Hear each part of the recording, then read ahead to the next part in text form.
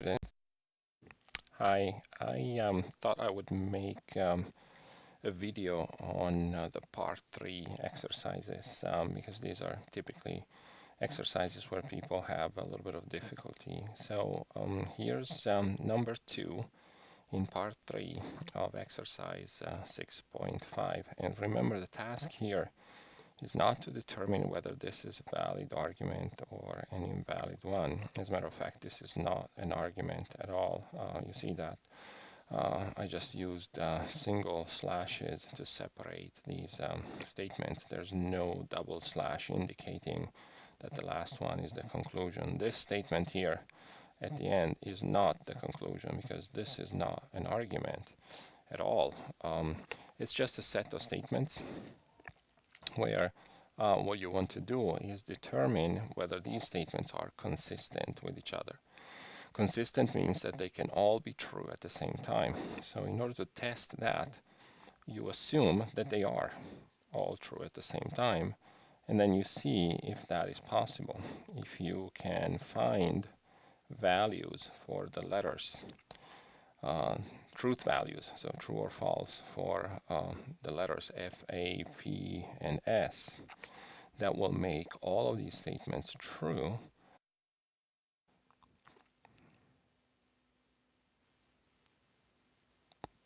then the statements are consistent with each other. Otherwise, if you run into a contradiction while trying to make all the statements true at the same time, that means that they are inconsistent, that you cannot make them all true at the same time.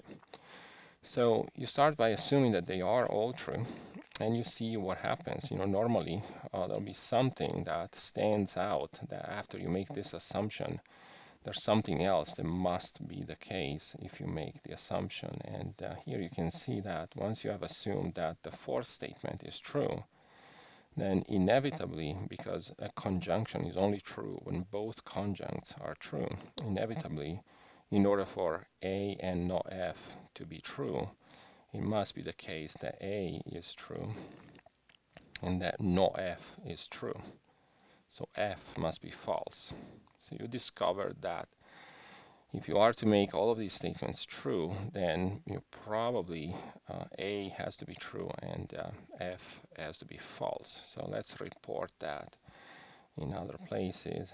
A true, F false, and there's another A here, A true, and F false over here, so not F is true. Okay, and then you see if with these new clues you can figure out how to, what the values of the missing letters, we still have P and S, are. And there's a couple of things that you can do, but you can reason backwards and find out. For example, look at the second statement. If A, then P and S. We discovered that A must be true. But then P and S cannot be false, because if it were false, then this conditional, if A then P and S, will become false, and we want it to be true. So in order for the truth of if A then P and S to be preserved, P and S must be true. But then, in order for P and S to be true, you know that there's only one possibility. Conjunction is only true when both conjuncts are true. So P has to be true, and S has to be true. Okay, so we discovered S true and P true. So here, not P is false, and this conjunction is false. All right, so we were able to reverse engineer the truth value of all the letters. Now we have to check that there are no contradictions anywhere. So let's see, this is supposed to be true, and it's a biconditional with false and false, so it's okay.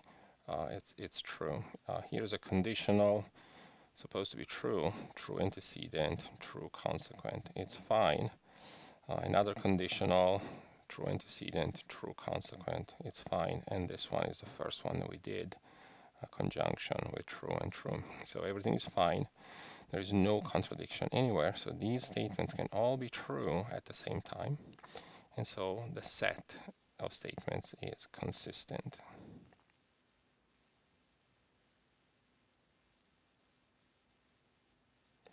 I hope this helps. Let me know if you have any questions. Thanks.